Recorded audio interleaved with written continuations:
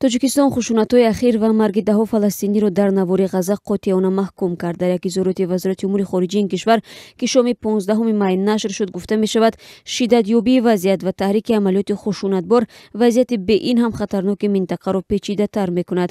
Тоҷикистон ба зарурати ҳатмии ҳалли низоъ бар асоси қадномаҳои шӯрои амнияти созмони милали муттаҳид даъват карда аз ҷонибҳои даргир хостааст ки аз истифодаи зур худдорӣ кунанд. Илова ба ин, Тоҷикистон ба ҳайси кишвари нозир дар шӯрои ҳуқуқи башари созмони милали муттаҳид баргузории ҷаласаи виҷаи ин ниҳод дар Женеваро дар мавзӯи хушунатҳои Ғазза пуштибонӣ кард. Ин ҷаласа қарор аст рӯзи 18 май ташкил шавад. Рӯзи 14 май дар пайи эътирозҳои як ҳафтаи навбат дар натиҷаи оташи низомиёни исроилӣ дар Навори Ғазза 58 фаластинӣ кушта ва 1200 нафар маҷрӯҳ шуданд. Рӯзи 15 май вазъ нисбатан ором шуд, вале ин рӯз ҳам 2 нафар кушта шуд.